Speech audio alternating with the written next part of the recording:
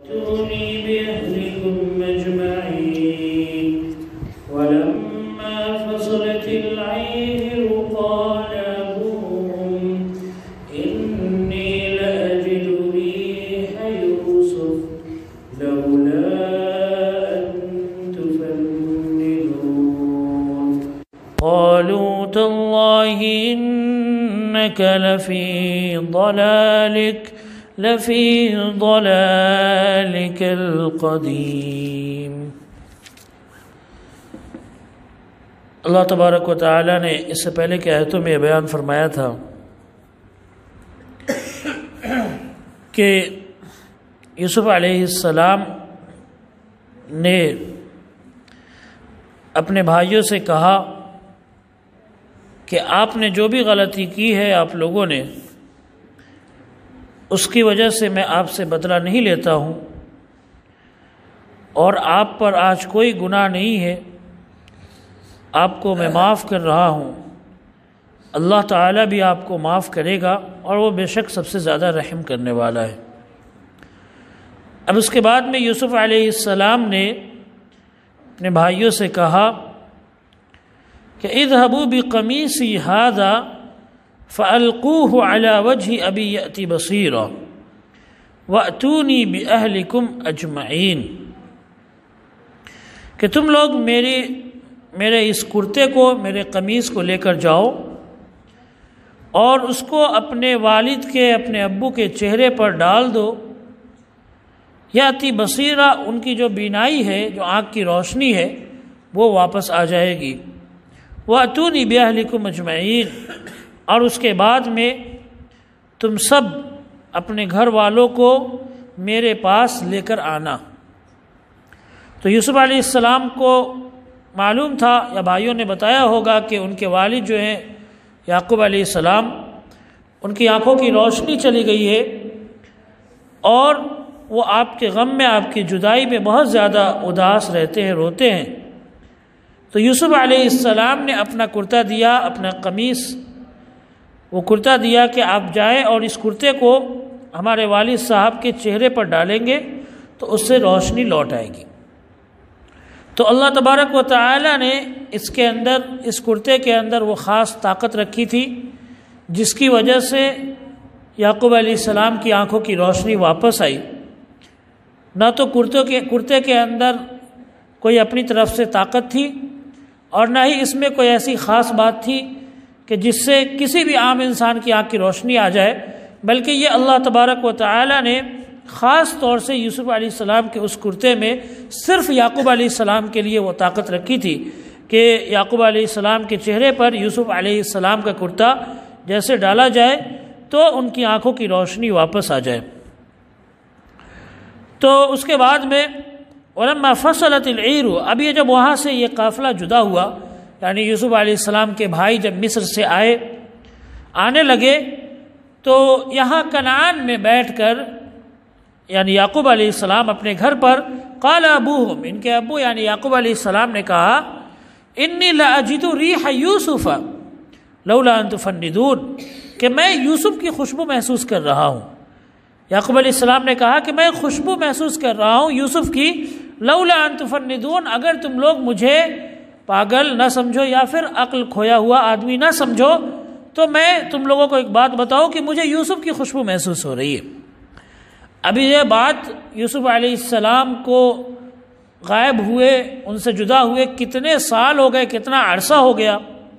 لیکن یعقوب علیہ السلام جب یہ بات کہہ رہے تو ان کے گھر والے یا کوئی بھی ایک عام آدمی جب سنے گا تو ان کے گھر والوں نے کہا، قالوا تاللہ انک لفی ضلالک القدیم، کہ گھر والوں نے کہا کہ خدا کی قسم بے شک آپ تو اپنی اسی پرانی بھٹک میں آپ پڑے ہوئے ہیں، پرانی گمراہی کا مطلب یہ ہے کہ جس طرح سے پہلے آپ کھوئے جاتے تھے یوسف کی یاد میں، اسی میں آپ ابھی بھی پڑے ہوئے ہیں۔ تو اس وقت بھی ان کے گھر والے ان کو یہی کہہ رہے تھے کہ یہ سب باتیں آپ کی بس اپنی بناوٹی ہے، حقیقت نہیں ہے۔ تو یعقوب علیہ السلام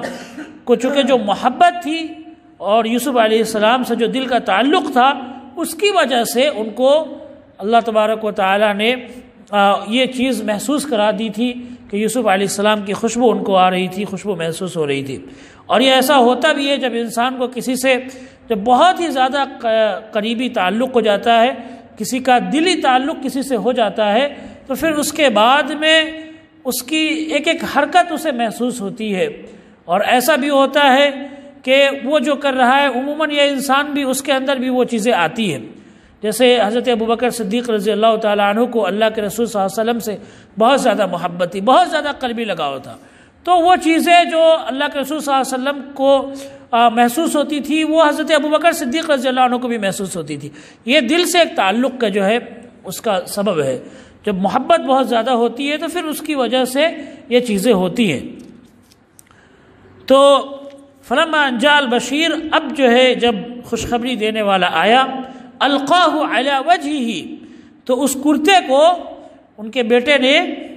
اور اس کرتے کو ان کے چہرے پر ڈال دیا، فرتد بصیرا، تو یعقوب علیہ السلام کی آنکھوں کی روشنی واپس آ گئی۔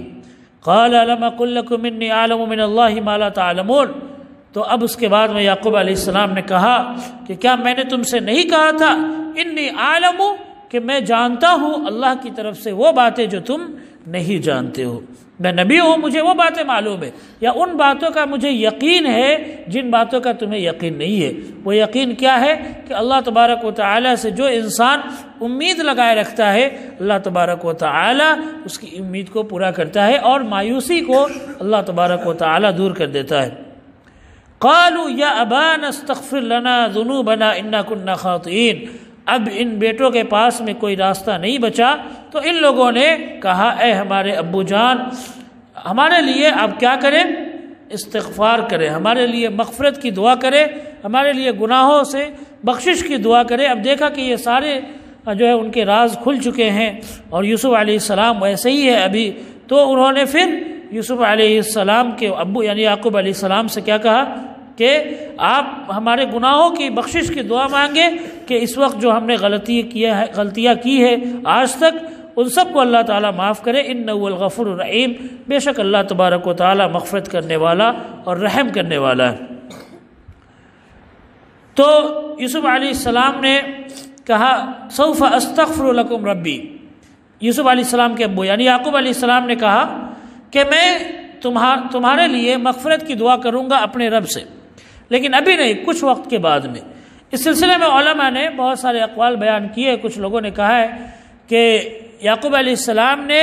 اپنی دعا کو صبح کے وقت تک کے لیے مؤخر کر دیا تھا، کہ جو صبح کا یعنی سحر کا وقت ہوتا ہے یا جو تہجد کا وقت ہوتا ہے، اس وقت تک کے لیے اپنے بیٹوں سے کہا تھا کہ میں اس وقت تمہارے لیے مغفرت کی دعا کروں گا، کیونکہ یہ جو دعا ہے یا یہ جو وقت ہے یہ قبولیت کا وقت ہے۔ تو اس وقت یعقوب علیہ السلام نے اپنے بیٹے کے لیے دعا کی تھی۔ بعض لوگوں نے یہ بیان کیا ہے کہ